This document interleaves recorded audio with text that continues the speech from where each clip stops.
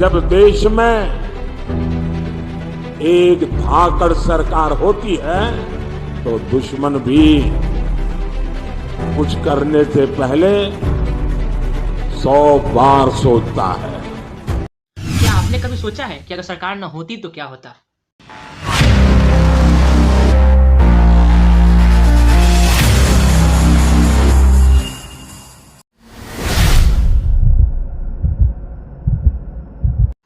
मान लीजिए आप सुबह उठते हैं और ऑफिस के लिए निकलते हैं, लेकिन ट्रैफिक लाइट्स काम नहीं कर रही है, सभी जगह कचरा फैला हुआ है, ना कोई हॉस्पिटल है ना ही कोई स्कूल है, तो क्या होगा?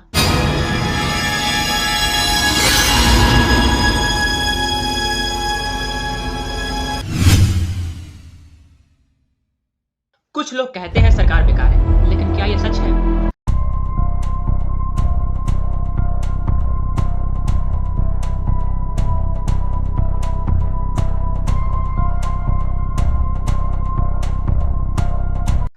सरकार के इतिहास के बारे में बात करें तो कोई ये हाल फिलहाल का टर्म नहीं है, बल्कि इसकी शुरुआत लगभग थाउजेंड ऑफ ईयर्स पहले शुरू हो चुकी थी। इस सिस्टम का यूज लगभग थाउजेंड्स ऑफ ईयर्स पहले एंशिएंट सिविलाइजेशन में, जैसे मेसोपोटामिया और इजिप्ट के सिविलाइजेशन में देखने को मिलता है, जहां पर रूलर्स होते थे जो लोगों को गवर्न करते थे।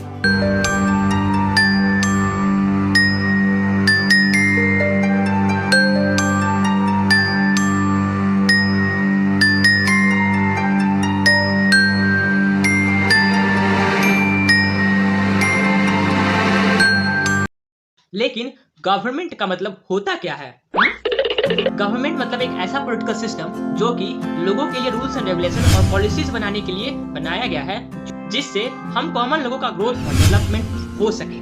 धीरे धीरे गवर्नमेंट का मीनिंग और ब्रॉड होता गया और इसका अलग अलग टाइप भी उभर कर आया।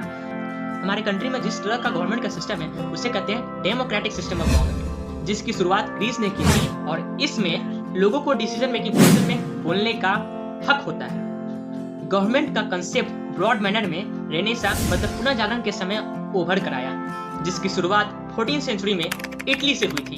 उस समय लोग साइंटिफिक डिस्कवरीज को अधिक महत्व देना शुरू कर दिए थे और साथ ही साथ उस पर भरोसा भी बहुत करते थे। लोग अपने अधिकार को ज्यादा इंपॉर्टेंस देने लगे और गवर्नमेंट से जुड़ा न्यू आइडियाज उसी समय उभर कर आया, खासकर डेमोक्रेसी सिस्टम। और इसका परिणाम यह निकला कि अमेरिका और फ्रांस के रिवॉल्यूशंस के बाद डेमोक्रेटिक प्रिंसिपल्स के आधार पर गवर्नमेंट को फॉर्म किया गया। आज की बात करें तो पूरे विश्व में अलग अलग फॉर्म ऑफ गवर्नमेंट एग्जिस्ट करते हैं, जैसे में डेमोक्रेसी, मोनार्की, डिक्टेटरशिप। इन सभी का अपना अपना रूल्स एंड रेगुलेशंस होता है लोगों को गवर्न करने का और लॉ एंड ऑर्डर को मेंटेन करने का। लेकिन हमें गवर्नमेंट की जरूरत ही क्यों है?